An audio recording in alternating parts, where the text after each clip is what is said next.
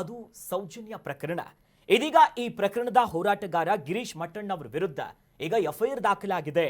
2023 December 4ರಂದು ಉಜಿರೆಯ ಜನಾಂದೋಲನ ಕಾರ್ಯಕ್ರಮದಲ್ಲಿ ಗಿರೀಶ್ ಮಟ್ಟಣ್ಣವರವರು ಧರ್ಮಸ್ಥಳದಲ್ಲಿ ವಿವಾಹದ ಮಹಿಳೆಯರ ಕುರಿತು ಅವಹೇಳನಕಾರಿಯಾಗಿ ಹೇಳಿಕೆಯನ್ನ ಕೊಟ್ಟಿದ್ದಾರೆ ಅನ್ನುವಂತ ಒಂದು ಆರೋಪ ಕೇಳಿ ಬಂದಿತ್ತು. ಮಹಿಳೆಯರ ಗೌರವಕ್ಕೆ ಧಕ್ಕೆ ಆಯಿತು, ಧಾರ್ಮಿಕ ಭಾವನೆಗಳಿಗೆ ನೋವಾಯಿತು, ಉದ್ದೇಶಪೂರ್ವಕವಾಗಿಯೇ ಹೀಗೆಲ್ಲ ಹೇಳಿಕೆಯನ್ನ ಕೊಟ್ಟಿದ್ರು ಅನ್ನೋ ವಿಚಾರವಾಗಿ ಬೆಂಗಳೂರಿನ ನಿವಾಸಿ ಇನ್ನು ಧರ್ಮಸ್ಥಳದ ಭಕ್ತಿಯಾಗಿರುವಂತ ಕೇದಾರ್ನಾಥ್ ಎನ್ನುವವರು ಈಗ ಸುಬ್ರಹ್ಮಣ್ಯಪುರ ಠಾಣೆಯಲ್ಲಿ ಎಫ್ಐಆರ್ ಅನ್ನ ದಾಖಲಿಸಿಬಿಟ್ಟಿದ್ದಾರೆ. ಇತ್ತೀಚೆಗಷ್ಟೇ ಇದೇ ಸೌಜನ್ಯ ಪ್ರಕರಣದಲ್ಲಿ ಸುಪ್ರೀಂ ಕೋರ್ಟಿನ ಅಂಗಳ ಕೂಡ ತಲುಪಿತ್ತು. ಅದ್ರ ಬಗ್ಗೆ ನಾವು ಮಾತ್ರ ಅದಕ್ಕೂ ಜೊತೆಯಲ್ಲಿ ಈ ವಿಚಾರವಾಗಿ ಒಂದಿಷ್ಟು ಹೇಳಿಕೆಗಳನ್ನ ಕೊಟ್ಟಿದ್ದಾರೆ. ಅದು ನೋಡ್ಕೊಂಡ್ ಬರೋಣ.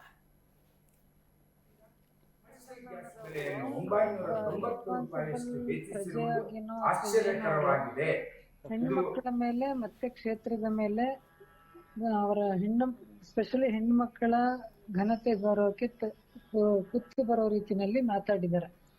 ಒಂದು ವಿಡಿಯೋನ ನಾನು ನೋಡಿದೆ, ಮಾರ್ದಿನದಿಂದ ಆಗಿತ್ತು, ಬಟ್ ಅದು ಎಫ್ಐಆರ್ ಇವಾಗ ಆಗಿದೆ ಅಷ್ಟೇ. ಅದು ಆಗಿದ್ದು 2023 ಗಿರೀಶ್ ಮಟ್ಟಣ್ಣ ಅವರು ಮಾತಾಡಿದ್ದು, ನೀವು ನೋಡಿದ್ದು 2025 ಅದು ಈಗ ಎಫ್ಐಆರ್ ಆಗಿದೆ. ಯಾಕೆ ಇಷ್ಟು ಲೇಟ್ ಆಯ್ತು ಅಂದ್ರೆ ಅಲ್ವಾ? ಏನೇನೋ ಬೇರೆ ಬೇರೆ ಕಾರಣದಿಂದ ಲೇಟ್ ಆಯ್ತು ಬಿಡಿ, ಅದೆಲ್ಲ ಪ್ರಶ್ನೆ. ಆಗಿದೆ ಈಗ. ಏನೋ ಯಾರು ಒಂದು ಧ್ವನಿ ಎತ್ತಬೇಕಾಗಿತ್ತು ಹೆಣ್ಮಕ್ಳ ಪರವಾಗಿ ಮತ್ತೆ ಕ್ಷೇತ್ರದ ಪರವಾಗಿ. ಎಷ್ಟೊಂದ್ ಜನ, ಸಾವಿರಾರು ಜನ ಭಕ್ತಾದಿಗಳು ಅಲ್ಲಿ ಎಷ್ಟೋ ವರ್ಷಗಳಿಂದ ಏನೋ ಒಂದು ವಿವಾಹ ಕಾರ್ಯ ನಡೀತಾ ಇದೆ, ಸಾಮೂಹಿಕ ವಿವಾಹ ಕಾರ್ಯ, ಎಷ್ಟೋ ಬಡ ಜನರಿಗೆ ಅದರಿಂದ ಹೆಲ್ಪ್ ಆಗ್ತಾ ಇದೆ. ಅಂತ ಒಂದು ಏನೋ ಒಂದು ಪುಣ್ಯವಾದ ಕೆಲ್ಸದ ಬಗ್ಗೆ ಅವರು ಅವಹೇಳನಕಾರಿಯಾಗಿ ಮಾತಾಡಿರೋದನ್ನ ನನ್ ಗಮನಕ್ಕೆ ಬಂತು. ನೀವು ಎಷ್ಟು ವರ್ಷದಿಂದ ಧರ್ಮಸ್ಥಳ ಭಕ್ತ ಆಗಿದ್ರೆ ಮೇಡಮ್? ಎಷ್ಟು ವರ್ಷದಿಂದ ನೀವು ಹೋಗ್ತೀರಿ ಸರ್? ಚಿಕ್ಕ ಮಕ್ಳಿಂದ ನಮಗ್ ಬೆಳಗ್ ಬಂದಿರೋದು ನಮ್ಮ ಸಂಸ್ಕೃತಿ, ನಮ್ಮ ಆಚಾರ ವಿಚಾರ. ಚಿಕ್ಕವರಿಂದ ಧರ್ಮಸ್ಥಳ, ಸುಬ್ರಹ್ಮಣ್ಯ, ಈ ತರ ನಮ್ಮ ಎಲ್ಲಾ ದೇವರುಗಳ ದರ್ಶನ ನಮ್ಮ ತಂದೆ ತಾಯಿಗಳ ಜೊತೆ ನಾವು ಚಿಕ್ಕದ್ರಿಂದನೂ ನಡ್ಕೊಂಡ್ ಬಂದಿದೀವಿ. ಎಲ್ಲಾ ದೇವರುಗಳಿಗೂ ನಾವು ಹಿಂದೂಗಳು, ಎಲ್ಲಾ ದೇವರುಗಳು ನಾವು ನಡ್ಕೊಂತೀವಿ. ಅದೇ ರೀತಿ ಇದನ್ನು ಇಷ್ಟು ವರ್ಷ ಅಂತ 2 ವರ್ಷ 3 ವರ್ಷದಿಂದ ಅಂತಲ್ಲ, ನಮ್ಗೆ ಹುಟ್ಟದಾಗ್ಲಿಂದ ನಮಗ್ ಬುದ್ಧಿ ಬಂದಾಗ್ಲಿಂದ ನಾವು ಧರ್ಮಸ್ಥಳ ಕ್ಷೇತ್ರದ ಬಗ್ಗೆ ಕೇಳ್ತಾ ಇದೀವಿ. ಈಗ ಧರ್ಮಸ್ಥಳದಲ್ಲಿ ಸಾಕಷ್ಟು ಸಾವಾಗಿದೆ, ಕೊಲೆ ಆಗಿದೆ ಅನ್ನುವಂತ ಆರೋಪ ಕೇಳಿ ಬಂತು. ಅದಕ್ಕೆ ಇತ್ತೀಚೆಗೆಲ್ಲ ಸಾಕಷ್ಟು ಡೆವಲಪ್ಮೆಂಟ್ ಆಯ್ತು. ಅದರ ವಿರುದ್ಧವಾಗಿ ನೀವೇನಾರ ಈಗ ಎಫ್ಐಆರ್ ಹಾಕಿದ್ರಾ? ಅಂದ್ರೆ ಮಟ್ಟಣ್ಣವರು ಮಾತಾಡಿದ 2023 ಈಗ ಎಫ್ಐಆರ್ ಆಗಿದ್ದು 2026 3 ವರ್ಷಗಳ ನಂತರ ಇವಾಗಲ್ವಾ ಸರ್? ನಾನ್ ನೋಡಿದ್ದು ಈಗ ಅವ್ರು ಯಾವಾಗ್ಲೂ ಮಾತಾಡಿ ಅದು ಹೋಗಿರ್ಬೋದು, ಬಟ್ ನಾನ್ ಯಾವ್ದೋ ಒಂದು ಯೂಟ್ಯೂಬ್ ಚಾನಲ್ ಅಲ್ಲಿ ನೋಡಿದ್ದಾಗ ನನ್ ಗಮನಕ್ಕೆ ಬಂದಿದ್ದಾವಾಗ ಸೊ ನಾನ್ ಮಾಡಿದೀನಿ. ಅದು ಬೇರೆ ವಿಷಯಗಳ ಬಗ್ಗೆ ನಡೀತಾ ಇದೆ, ಅದು ನಮ್ ಗಮನಕ್ಕೂ ಇದೆ, ಬಟ್ ನಾನು ಅದ್ರ ಬಗ್ಗೆ ನಾನು ಏನು ಮಾತಾಡಿಲ್ಲ. ಒಂದು ಮೈನ್ ಫೋಕಸ್ ಹೆಣ್ಮಕ್ಳ ಮೇಲೆ. ಎಷ್ಟೊಂದ್ ಜನ, ಸಾವಿರಾರು ಜನ ಬಡವರು, ತಂದೆ ತಾಯಿಗಳು, ಅನುಕೂಲ ಆಗಿರೋರು, ಅನುಕೂಲ ಆಗಿಲ್ದೇ ಇರೋರು ಎಲ್ಲರೂ ಒಂದು ದೇವರ ಸನ್ನಿಧಿನಲ್ಲಿ ಮದ್ವೆ ಆಗ್ಬೇಕು ಅಂತ ಹೇಳಿ ಬಂದಾಗ ಈ ತರ ಮಾತಾಡೋದು ಎಷ್ಟ್ರ ಮಟ್ಟಿಗೆ ಸರಿ? ಮತ್ತೆ ಆ ಮನುಷ್ಯನೇ ಹೇಳ್ತಾನೆ ನಾನು ಇಲ್ಲೇ ಮದ್ವೆ ಆಗಿದ್ದು ಅಂತ. ಸೊ ಇದು ಯಾವ ತರ ಮಾತಾಡ್ತಾ ಇದಾರೆ? ಅವ್ರು ಏನ್ ಮಾತಾಡ್ತಾ ಇದಾರೆ ಅಂತ ಅವ್ರಿಗೆ ಗೊತ್ತಿದ್ಯಾ? ಮೇಡಮ್, ಈಗ ದೂರ್ ಕೊಡಕ್ಕೆ ಎಫ್ಐಆರ್ ಹಾಕಿ ನೀವು ಸ್ವಯಂ ಪ್ರೇರಿತವಾಗಿ ಕೊಟ್ಟಿದ್ರಾ ಅಥವಾ ಯಾರ ಮೋಟಿವೇಟ್ ಮಾಡಿದ್ರೆ ಈ ದೂರ್ ಕೊಡಿ ಹೀಗೆ ಅಂತ? ಇದೆಲ್ಲ ಸ್ವಯಂ ಪ್ರೇರಿತವಾಗಿ ಕೊಟ್ಟಿರೋದು. ಒಂದು ಕಡೆ ಸೌಜನ್ಯ ಕೊಲೆ ಪ್ರಕರಣದಲ್ಲಿ ಆ ಹೆಣ್ಮಗಳಿಗೆ ನ್ಯಾಯ ಸಿಗಬೇಕು ಅಂತ, ಮತ್ತೊಂದು ಕಡೆಯಲ್ಲಿ ಆ ಧಾರ್ಮಿಕ ಕ್ಷೇತ್ರದ ಮೇಲೆ ಅವಮಾನ ಆಯಿತು, ಮಹಿಳೆಯರಿಗೆ ಧಕ್ಕೆ ತಂದ್ರು ಅಂತ ಮತ್ತೊಬ್ರು ಈಗ ದೂರದಾರೆ ಕಂಪ್ಲೇಂಟ್ ಕೊಟ್ಟು ಕೂತ್ಕೊಂಡ್ಬಿಟ್ಟಿದ್ದಾರೆ. ಎಲ್ಲಿ ಹೋಗುತ್ತೆ ಈ ಕೇಸು, ಹೋರಾಟ ಅಂತ ಬಂದಾಗ ಅಂತ? ಈ ಸಾಮಾಜಿಕ ಮಾಧ್ಯಮಗಳು ಬಂದಾದ ನಂತರದಲ್ಲಿ ಯಾವಾಗೋ ಬಂದಿರುವಂಥ ಪ್ರಕರಣಗಳು ನಿತ್ಯ ನಿರಂತರವಾಗಿ ಯಾರೋ ನೋಡಿದ ತಕ್ಷಣಕ್ಕೆ 23ರ ಆ ವಿಡಿಯೋ ಏನಿದೆ ಅದು ಇವತ್ತು ನಿನ್ನೆ ನೋಡ್ದಂಗೆ ಇದ್ದಾರೆ ಅವರು. ಅಂದರೆ ನಿನ್ನೆ ಮೊನ್ನೆ ನೋಡಿದ್ದೀನಿ ಅನ್ನೋ ನಿಟ್ಟಲ್ಲಿ ಮಾತಾಡ್ತಾ ಇದ್ದಾರೆ. ಅಂದರೆ ಈ ಆಗಿನ ಮಾತುಗಳು ಈಗೆಷ್ಟು ಪ್ರಸ್ತುತ ಅನ್ನುವಂಥದ್ದು ನೋಡಬೇಕು. ಆಮೇಲೆ ಅವರು ಏನೋ ಭಕ್ತರು ಇದ್ದಾರೆ, ಧರ್ಮಸ್ಥಳದ ಭಕ್ತೆ ನಾನು, ಮತ್ತು ಮಹಿಳೆಯರಿಗೆ ಅವಹೇಳನವಾಗಿ ಮಾತಾಡಿದ್ದಾರೆ. ಹಾಗಾಗಿ ನನಗೆ ಆ ವಿಡಿಯೋ ನೋಡಿದಾಗ ನನಗನ್ನಿಸ್ತು ಇದು ತಪ್ಪು ಅಂತ ನಾನು ಕಂಪ್ಲೇಂಟ್ ಕೊಟ್ಟೆ ಅಂತ ಹೇಳ್ತಾರೆ. ಸಹಜವಾಗಿ ಇವರು ವಿಚಾರಕ್ಕೆ ಹೋದರೆ ತಪ್ಪು ಅಂತಲೂ ಹೇಳೋಕ್ಕಾಗೋದಿಲ್ಲ, ಸರಿ ಅಂತಲೂ ಹೇಳೋಕ್ಕಾಗೋದಿಲ್ಲ. ಸಮಯ ಸಂದರ್ಭ ಇಲ್ಲಿವರೆಗೆ ತಗೊಂಬಂದಿದೆ. ಸೋಷಿಯಲ್ ಮೀಡಿಯಾ ವಿಡಿಯೋ ಇವತ್ತು ಅವರಿಗೆ ಪ್ರಮೋಟ್ ಮಾಡಿದೆ ಆ ವಿಡಿಯೋ, ಅಥವಾ ಇವ್ರು ಹುಡುಕಿ ಅಂತೂ ನೋಡೋದಕ್ಕೆ ಸಾಧ್ಯ ಇಲ್ಲ. ಭಕ್ತರಾಗಿ ಇವರಿಗೆ ಅಲ್ಲಿ ಧರ್ಮಸ್ಥಳದ ಆ ಸಾಮೂಹಿಕ ವಿವಾಹದ ಅಡಿಯಲ್ಲಿ ಒಂದಷ್ಟು ಅನಾಚಾರಗಳ ಆಗತ್ತೆ ಅನ್ನುವಂಥ ನಿಟ್ಟಲ್ಲಿ ಅವ್ರು ಮಾತಾಡಿರೋದು ಇವ್ರಿಗೆ ತಪ್ಪು ಅಂತ ಕಾಣಿಸಿ ಇವರು ನೇರ ಹೋಗಿ ದೂರು ಕೊಟ್ಟಿರುವಂಥದ್ದು. ಇದರಲ್ಲಿ ಯಾವುದು ತಪ್ಪಿಲ್ಲ. ಆದರೆ ಅವ್ರು ಮಾತಾಡಿರುವ ರೀತಿಯಲ್ಲಿ, ಮಾತಾಡಿರುವ ವಿಚಾರದಲ್ಲಿ ಎಷ್ಟು ಹುರುಳಿದೆ ಅನ್ನುವಂಥದ್ದನ್ನು ಅವರೇ ಖುದ್ದಾಗಿ ಹೇಳಬೇಕು. ಮತ್ತು ಯಾವ ಆಧಾರದಡಿಯಲ್ಲಿ ಹೇಳಿದ್ದಾರೆ ಅನ್ನುವಂಥದ್ದನ್ನು ಸ್ವತಃ ಗಿರೀಶ್ ಮಟ್ಟಣ್ಣವರೇ ಹೇಳಬೇಕು. ಹೌದು.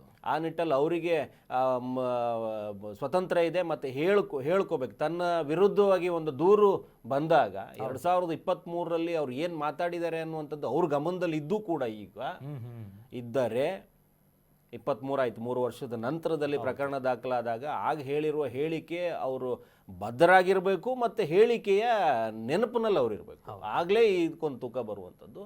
ಇಲ್ಲದೇ ಇದ್ದರೆ ನಾನು ಏನು ಹೇಳಿದ್ದೀನಿ, ನಾನು ಮರ್ತೋಗಿದ್ದೀನಿ ಸ್ವಾಮಿ ಅಂತ ಹೇಳೋದಕ್ಕಾಗೋದಿಲ್ಲ. ಯಾಕಂತಂದರೆ ಸಾರ್ವಜನಿಕವಾಗಿ ಉಜಿರೆಯ ಜನಾಂದೋಲನ ಕಾರ್ಯಕ್ರಮದಲ್ಲಿ ಏನೋ ಮಾತಾಡಿರೋದು ಯಾವುದೋ ಒಂದು ಯೂಟ್ಯೂಬ್ ವಾಹಿನಿ ಮೂಲಕ.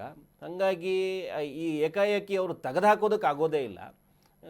ಎಲ್ಲೋ ಒಂದು ಕಡೆ ಇದ್ರ ಸ್ಪಷ್ಟನೆಯನ್ನು ಕೊಡಬಹುದಷ್ಟೇ ಅವರು. ನಮಗೇನಿದೆ. ಹಲೋ ಹಲೋ ಸರ್, ನಮಸ್ತೆ. ನಾಗರಾಜ್ ಅರೆವಳೆ ಮಾತಾಡ್ತಾ ಇದ್ದೀನಿ. ನಮಸ್ಕಾರ. ನಮಸ್ಕಾರ ಸರ್. ಈಗ ಏನಿಲ್ಲ, ಉಜಿರೆಯ ಜನಾಂದೋಲನ ಕಾರ್ಯಕ್ರಮದಲ್ಲಿ ಕಳೆದ ಡಿಸೆಂಬರಲ್ಲಿ ನೀವು ಯಾವುದೋ ಒಂದು ಯೂಟ್ಯೂಬ್ ವಾಹಿನಿಗೆ ಮಾತಾಡಿದಿರಿ ಅನ್ನುವಂಥ ನಿಟ್ಟಲ್ಲಿ ಅವಹೇಳನಕಾರಿ, ಅಂದರೆ ಧರ್ಮಸ್ಥಳದ ಸಾಮೂಹಿಕ ವಿವಾಹ ಮತ್ತು ಮಹಿಳೆಯರ ಸಂಬಂಧಿಸಿದಂತೆ ಒಂದಷ್ಟು ಅವಹೇಳನಕಾರಿಯಾಗಿ ಮಾತನಾಡಿದಿರಿ ಅನ್ನುವಂಥದ್ದನ್ನು ಕಾವೇರಿ ಕೇದಾರ್ನಾಥ್ ಅನ್ನುವಂಥವ್ರು ದೂರು ಕೊಟ್ಟಿದ್ದಾರೆ ಸುಬ್ರಹ್ಮಣ್ಯ ನಗರ ಪೊಲೀಸ್ ಠಾಣೆಯಲ್ಲಿ ತಮ್ಮ ವಿರುದ್ಧ. ಈಗ ಅವ್ರು ಯಾರು ದೂರದಾರೋ ಅವ್ರು ನನಗೆ ಪರಿಚಯ ಇಲ್ಲ. ಅದ್ರ ಬಗ್ಗೆ ನಾನು ಮಾತಾಡಲ್ಲ, ದೂರದಾರ ಬಗ್ಗೆ. ಆನಂತರ ಅದರ ಬಗ್ಗೆ ಅಧಿಕೃತ ಮಾಹಿತಿ ನನಗಿನ್ನೂ ಬಂದಿಲ್ಲ. FIR ಆಗಿದೆಯೋ ಬಿಟ್ಟಿದೆಯೋ ಅಂದ್ರೆ ಅಧಿಕೃತವಾಗಿ ನನಗೆ ಬಂದಿಲ್ಲ. ಈ ಕೆಲವೊಬ್ರು ಸೋಷಿಯಲ್ ಮೀಡಿಯಾದಲ್ಲಿ ಹೇಳ್ತಾ ಇದ್ದಾರೆ. ಆಮೇಲೆ ತಮ್ಮಂಗೆ ಇನ್ನೊಂದು 2-3 ಟಿವಿ ಚಾನೆಲ್ ಅವರು ಫೋನ್ ಮಾಡಿದ್ರು, ನಿಮ್ಮ ಮೇಲೆ FIR ಆಗಿದೆ ಅಂತಲ್ಲ, FIR ಆಗಿದೆ ಅಂತ. ಅಂದ್ರೆ ತಾವೆಲ್ಲ ಹೇಳ್ತೀರಿ ಅಂದ್ರೆ ಅಧಿಕೃತವಾಗಿ ಆಗಿರ್ತದೆ. ಬಟ್ ನನಗೆ ಅಥೆಂಟಿಕ್ ಆಗಿ ಯಾವುದೇ ಇದನ್ನು ಸರ್ವಾಗಿಲ್ಲ. ಅವರು ಈ ದೂರಲ್ಲಿ ಏನು ಹೇಳ್ತಾರೆ ಅಂತಂದರೆ, ನಾನು ಕೂಡ ಅಲ್ಲೇ ಮದುವೆ ಆದವನು, ನನಗೂ ಕೂಡ ಈ ಹಿಂದಿನ ದಿನ ಅವರು ಒಂದು ಆಮಿಷ ಕೊಡ್ತಾರೆ ಅಥವಾ ಒತ್ತಡ ಹಾಕ್ತಾರೆ, ಪ್ಯಾಕೇಜ್ ಅಡಿಯಲ್ಲಿ ಬೇರೆ ಕಡೆ ಹೋಗೋದಕ್ಕೆ ಹೇಳ್ತಾರೆ, ಅಥವಾ ಬೇರೆ ಎಲ್ಲರನ್ನೂ ಸೇರಿಸಿ ನೀವು ಹೇಳ್ದಂಗಿದೆ ಅನ್ನುವಂಥ ನಿಟ್ಟಲ್ಲಿ ಮಾತಾಡ್ತಾರೆ. ಅಂದರೆ ಒಂದು ಕಡೆ ಸಾಮೂಹಿಕ ವಿವಾಹದಡಿ ಮದುವೆ ಆಗುವಂಥ ದಂಪತಿಗಳನ್ನು ಹುಡುಗನ್ನ ಒಂದು ರೂಮಲ್ಲಿ ಇರಿಸ್ತಾರೆ, ಹುಡುಗಿನ ಒಂದು ರೂಮಲ್ಲಿ ಇರಿಸ್ತಾರೆ. ಅದಾದ ನಂತರದಲ್ಲಿ ನಿರಂತರವಾಗಿ ಅವ್ರ ಮೇಲ್ಗಡೆ ಅತ್ಯಾಚಾರವನ್ನು ನಡೆಸ್ತಾರೆ. ಹಾಗಾಗಿ ಇದೊಂಥರ ದೌರ್ಜನ್ಯ ನಡೀತಾ ಇದೆ ಅನ್ನುವಂಥ ನಿಟ್ಟಲ್ಲಿ ಆರೋಪ ಮಾಡಿದ್ರಿ ಅನ್ನುವಂಥದ್ದು ಆಕೆಯ ದೂರಿನಲ್ಲಿ ಕಂಡು ಬರ್ತಾ ಇರುವಂಥದ್ದು. ಸರ್, ಈಗ ತಾವ ಹೇಳಿದ್ರಿ, ಥ್ಯಾಂಕ್ಸ್ ನೀವು ಈ ಮಾತು ಹೇಳಿದ್ದಕ್ಕೆ. ದೌರ್ಜನ್ಯ ನಡೀತಾ ಇದೆ ಅನ್ನೋದು ಹೆಂಗ್ ಅಪರಾಧ ಆಗುತ್ತೆ? ನಾನು ಸಾರ್ವಜನಿಕದಲ್ಲಿ ಈ ಇದರಲ್ಲಿ ಹೇಳಿರ್ತೇನೆ ನಾನು, ಅಲ್ಲಿ ಮಹಿಳೆಯರ ಮೇಲೆ ದೌರ್ಜನ್ಯ ನಡೀತಾ ಇದೆ ಅನ್ನೋದು ಯಾವ ರೀತಿ ಅಪರಾಧ ಆಗುತ್ತೆ? That is point number 1. ಹಂಗಿದ್ರೆ ದೌರ್ಜನ್ಯ ನಡೀತಾ ಇದೆ ಅಂತ ಹೇಳೋದೇ ಅಪರಾಧ ಆದ್ರೆ ಬಹುಶಃ ದೇಶದಲ್ಲಿ 1 ಲಕ್ಷ ಜನರ ಮೇಲೆ ಅಪರಾಧ ಕೇಸ್ ರಿಜಿಸ್ಟರ್ ಆಗ್ಬೇಕು. ಪ್ರತಿಯೊಬ್ರು ಮಾತಾಡ್ತಾರೆ ದೌರ್ಜನ್ಯ ಆದ್ರೆ ಅನ್ಯಾಯಕ್ಕೆ ಒಳಗಾದವರೆಲ್ಲರೂ ಕೂಡ ಅಲ್ಲಿ ಅನ್ಯಾಯ ಆಗಿದೆ ಅಂತಾನೆ ಹೇಳ್ತಾರೆ. ಸೊ ಅವ್ರ ಮೇಲೆಲ್ಲ FIR ಮಾಡ್ತಾರ. ಎರಡನೇದಾಗಿ ಸರ್, ಅದರಲ್ಲಿ ಡೇಟ್ ಏನಂತಿದೆ? ಯಾವ ಡೇಟಿಗೆ ತಾವಾಗ ಹೇಳ್ತಾರೆ? 2023 ಡಿಸೆಂಬರ್ 4ನೇ ತಾರೀಕು. Okay, December 4, 2023. ಇದು 2026. ಆಲ್ಮೋಸ್ಟ್ ಕಮ್ಮಿಂಗ್ 1-2.5 ವರ್ಷದ ಮೇಲೆ ಆಯ್ತು. ಈಗ ಯಾಕೆ ಮಾಡ್ತಾ ಇದಾರಂತ ಅಂದ್ರೆ ಈ ಸೋಷಿಯಲ್ ಮೀಡಿಯಾಗಳು ಏನಾಗುತ್ತೆ, ಯೂಟ್ಯೂಬ್ ಅಲ್ಲಿ ಅವತ್ತು ತಪ್ಪಾಗಿರೋದು ಇವತ್ತು ಅವ್ರಿಗೆ ಪ್ರಮೋಟ್ ಮಾಡಿರುತ್ತೆ, ರೆಕಮೆಂಡ್ ಮಾಡಿರುತ್ತೆ ವಿಡಿಯೋ. ಅಂದ್ರೆ ಒಂದು 4 ದಿನದ ಹಿಂದೆ ಎಲ್ಲೋ ವಿಡಿಯೋ ನೋಡಿದೆ ನಾನು, ನನಗೆ ತಪ್ಪು ಅನಿಸ್ತು. ನಾನು ಹೋಗಿ ಯಾವ ವಿಡಿಯೋ ಸರ್? ಯಾವ ವಿಡಿಯೋ ಸರ್ ಅದು? ಯಾವುದೋ ಒಂದು ಯೂಟ್ಯೂಬ್ ಚಾನಲ್ ಅಲ್ಲಿ ನೀವು ಅದೇ ಉಜಿರೆಯಲ್ಲಿ ಜನಾಂದೋಲನ ಕಾರ್ಯಕ್ರಮದಲ್ಲಿ ಮಾತಾಡಿರುವಂತ ವಿಡಿಯೋ. ಸರ್, ದಯವಿಟ್ಟು ಪೂರ್ತಿಯಾಗಿ FIR ನೋಡಿ ಸರ್, ನೋಡಿ ನನಗೆ ಹೇಳಿ. ಯೂಟ್ಯೂಬ್ ನಲ್ಲಿ ಅದನ್ನ ಎಷ್ಟೋ ಯೂಟ್ಯೂಬ್ ಲಿಂಕ್ ಅವಾಗ್ಲೇನೆ ಡಿಲೀಟ್ ಮಾಡ್ತಿದ್ದಾರೆ. ಕೇಸ್ ಹಾಕಿದ್ದಾರೆ ಯೂಟ್ಯೂಬ್ ಮೇಲೆ. ನಾನ್ ಹೇಳ್ತಾ ಇದ್ದೀನಿ ನೋಡಿ ಸರ್, ಈಗ ಯಾಕೆ ಇದು ಒಂದೇ ಅಲ್ಲ ಮಾಡಿರೋದು, 4 ದಿನದ ಹಿಂದೆ ಮತ್ತೊಂದು FIR ಆಗಿದೆ ನನ್ನ ಮೇಲೆ. ಫಾರ್ ಯುವರ್ ಕೈಂಡ್ ಇನ್ಫಾರ್ಮೇಶನ್, 4-5 ದಿನದ ಹಿಂದೆ ಧರ್ಮಸ್ಥಳದಲ್ಲಿ, ಅದು ಕೂಡ ಅಧಿಕೃತವಾಗಿ ನನಗ್ ತಲುಪಿಲ್ಲ.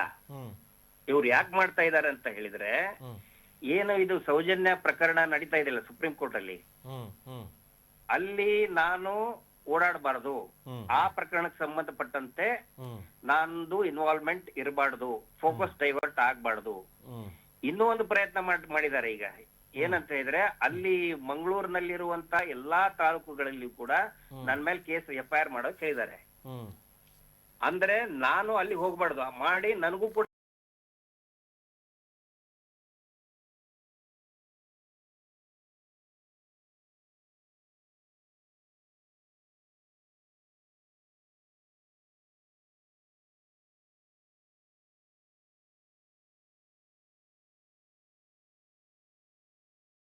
ನಾನು ಯಾವತ್ತಿಗೂ ಕೂಡ ಇವತ್ತಿಗೂ ನಾನು ಹೇಳಿದ್ದನ್ನ ನಾನು ಹೇಳಿಲ್ಲ ಅಂತ ಹೇಳಲ್ಲ.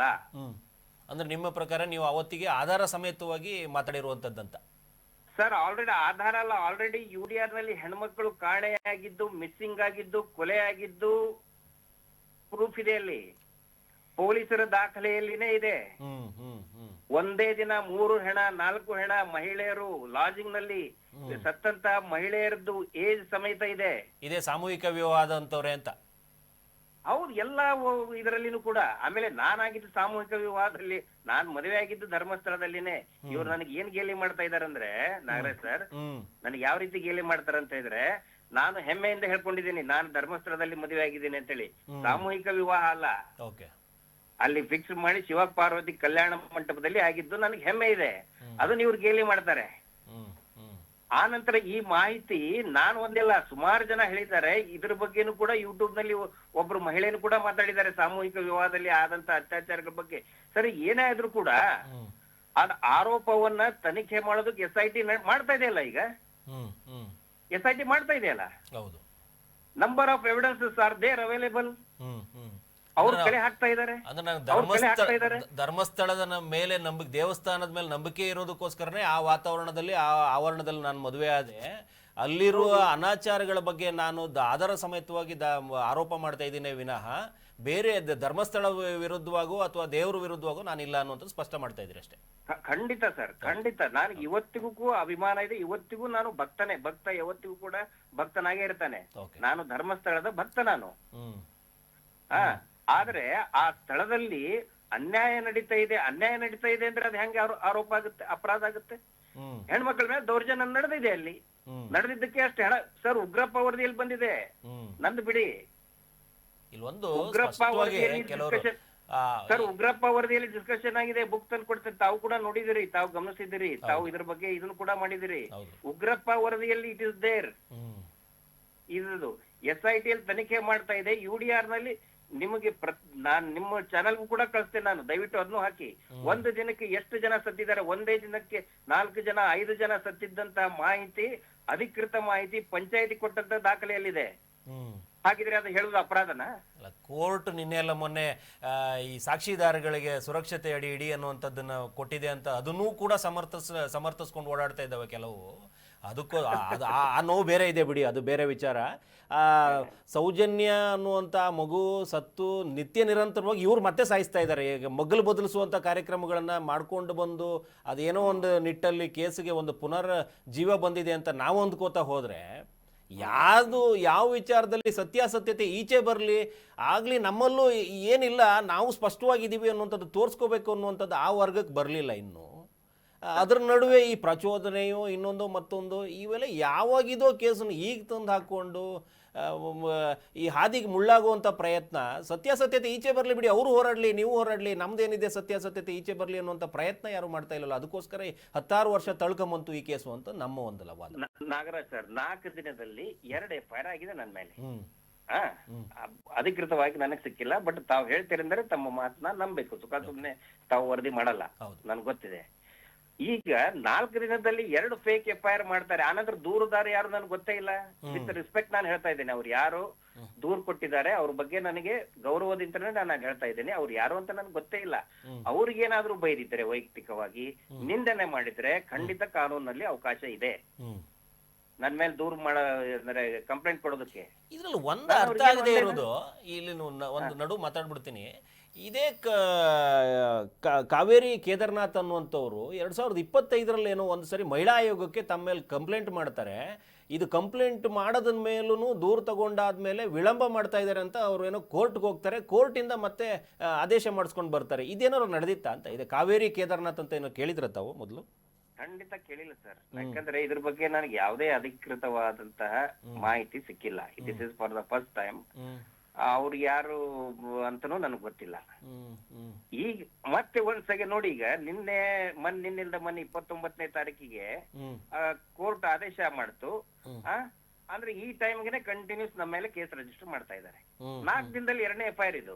ಏನು ಚಾಳಿ ಬಿದ್ದ ಅಪರಾಧಿಗಳು ಮಾಡಿ ಹೊರಗಡೆ ಇರೋ ಪ್ರಯತ್ನ ಮಾಡ್ತಾ ಇದಾರೆ ಅಂತ ಸ್ವಲ್ಪ ಹುಷಾರಾಗಿರೋದು ಒಳ್ಳೇದು. ಎಲ್ಲೋ ಒಂದ್ ಕಡೆ ಹ್ಯಾಬಿಚುವಲ್ ಅಂತ ತೋರ್ಸಕ್ ಹೋಗಿ ನಿಮ್ಮನ್ನ ಅದ್ ಎಸ್ ಎಕ್ಸಾಕ್ಟ್ಲಿ. ಇಲ್ಲ ಎಲ್ಲೋ ಒಂದ್ ಕಡೆ ಇಲ್ಲ. ನೀವ್ ಏನ್ ಹೇಳ್ತಾ ಇದ್ದೀರಿ ಅದು ಸತ್ಯ ಇದೆ.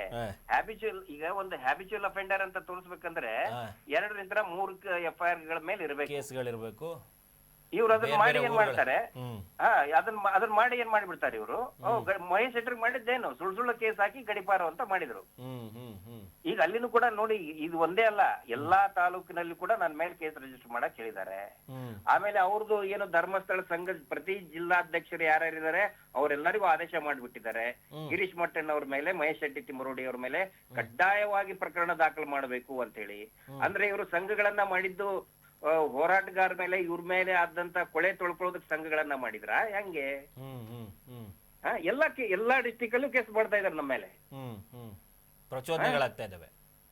ಪ್ರಚೋದನೆಗಳಾಗ್ತಾ ಇದಾರೆ, ಕೆಟ್ಟದಾಗ ಬೈತಾರೆ.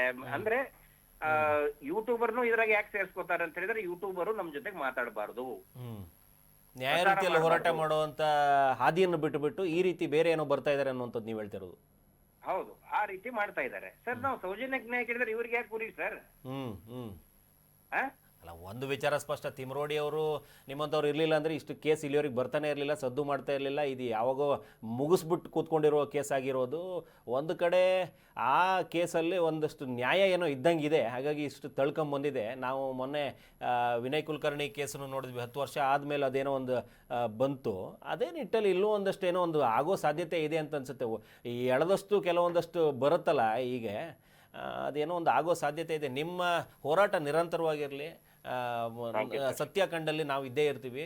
ನ್ಯಾಯ ನಮ್ಮೊಂದಿಗೆ, ನಾವು ನಿಮ್ಮೊಂದಿಗೆ. ನಮಸ್ಕಾರ. Thank you sir. ನಮಸ್ತೆ. ನನಗೆ ಒಂದೊಂದು ಸರಿ ಅನಿಸುತ್ತೆ, ಈ ಕೆಸರು ಬಿದ್ದಾಗ ತೊಳ್ಕೊಳ್ಳೋ ಪ್ರಯತ್ನ ಮಾಡಬೇಕಿತ್ತು ಅವರು.